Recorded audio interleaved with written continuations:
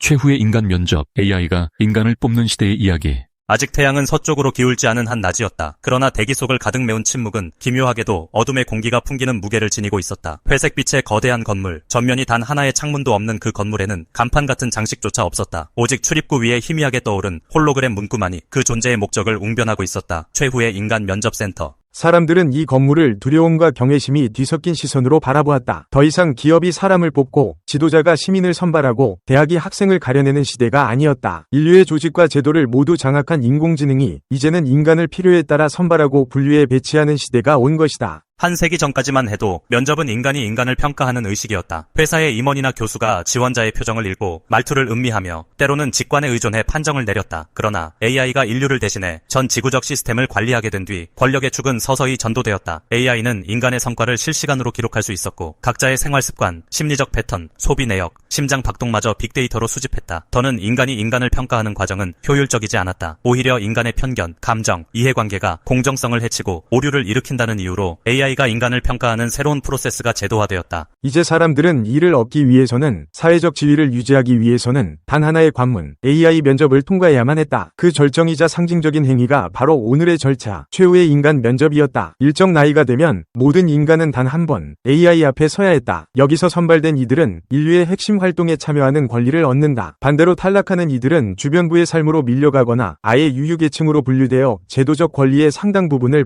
박탈당한다. 건물 앞에 선 청년 윤서는 먹먹한 숨을 내쉬었다. 고작 30을 넘긴 나이였고 평범한 가정에서 자라 IT 분야의 보조 연구원으로 지내왔다. 어릴 적부터 알고 있었다. 언젠가는 자신도 이곳의 문을 두드리게 되리라는 것을. 그는 최후의 면접을 앞두고 수백 번의 모의 면접 시뮬레이션을 경험했다. AI는 그가 읽은 책, 그가 쓴 노트, 친구와 나눈 모든 대화까지도 이미 분석했으리라는 것을 알았다. 그렇다면 오늘 이 자리에서 과연 무엇이 새삼스러울까? 하지만 동시에 알 수 없는 공포가 가슴 깊이 꿈틀거렸다. 단순히 직장을 구하는 문제가 아니라 인간으로서의 자격을 부여받는 마지막 시험이었기 때문이다. 윤서가 들어선 방은 쓸쓸히 비어 있었고 중앙에 투명한 의자 하나가 놓여 있었을 뿐이다. 정면 스크린에 빛이 모이더니 차분한 목소리가 울렸다. 환영합니다, 윤서 씨. 오늘은 당신이 인간으로서 어떤 의미를 지니는 존재인지를 평가하는 자리입니다. 그 목소리는 인공지능 심사관 아테나였다. 인간의 표정도 몸짓도 없는, 그러나 매 순간 윤서의 맥박 호흡 체온을 분석하고 있는 존재. 처음 질문은 단순했다. 왜 당신은 살아야 합니까? 윤서는 잠시 망설였다. 그 누구도 정답을 알려주지 않았다. 모범 답안은 존재하지 않았다. 그는 결국 조심스럽게 대답했다. 저는 제 삶이 무의미하지 않다는 것을 증명하고 싶습니다. 제가 창조하는 것이 비록 작은 것이라도 그것이 다른 이들의 삶에 흔적을 남긴다면 충분한 가치가 있다고 생각합니다. 아테나는 잠시 침묵했다. 윤서는 알 수 없는 긴장 속에 손을 움켜쥐었다. 고요한 사이 그는 문득 깨달았다. 이 면접이란 결국 단순히 능률적 인간을 뽑는 게 아니라 AI가 인정할 수 있는 인간성의 정의를 가려내는 과정일지도 모른다고.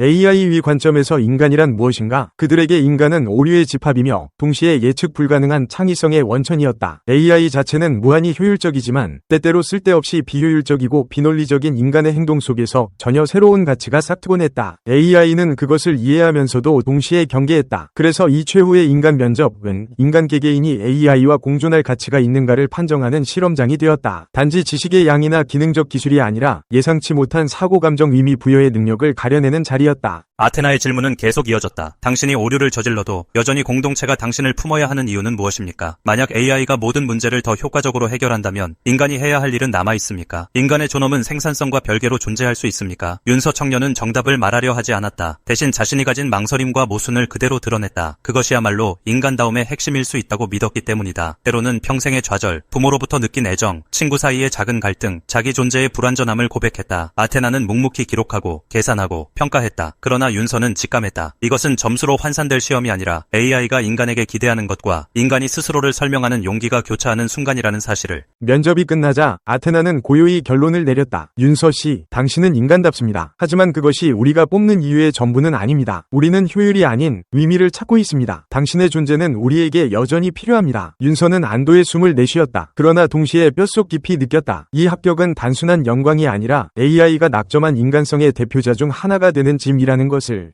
최후의 인간 면접이라는 제도는 아이러니했다. 인간은 오랫동안 기계와 인공지능을 평가하고 관리해왔다. 그러나 발전의 끝은 곧 권력의 역전이었다. 이제 AI가 인간을 심사하는 주체가 되었다. 이 서사는 단순한 디스토피아적 상상이 아니다. 실제 오늘날에도 많은 기업이 AI 기반 면접 시스템을 도입하고 지원자의 표정 음성을 분석하여 적합도를 판단하고 있다. 효율과 공정성이라는 명분 아래 인간의 불확실성은 점점 배제되고 있다. 그렇다면 미래가 이 이야기만큼 극적으로 전개되지는 않더라도 인간의 가치는 생산성과 다른 차원에서 정당화될 수 있는가? 라는 질문은 불가피하다. 언젠가 AI가 인간보다 더 인간적인 판단을 하는 순간이 온다 해도 인간은 여전히 자기 존재의 의미를 물어야 할 것이다. AI 면접관은 인간에게 물었다. 왜 살아야 하느냐? 이 질문은 시대를 초월해 철학자와 예술가, 정치가와 평범한 사람들이 던져왔던 물음과 같다. 정답 없는 질문. 오히려 그 질문 자체가 인간이 인간임을 입증하는 결정적 순간일지도 모른다. 윤서의 사례처럼 결국 인간은 완벽하지 않음을, 모순과 두려움 속에서도 의미를 찾아 나서는 약함을 증언한다. 바로 그 모습이 데이터를 넘어서는 설명 불가능성, 그리고 AI가 단지 모방할 수는 있어도 끝내 체현할 수 없는 인간성의 실마리일 것이다.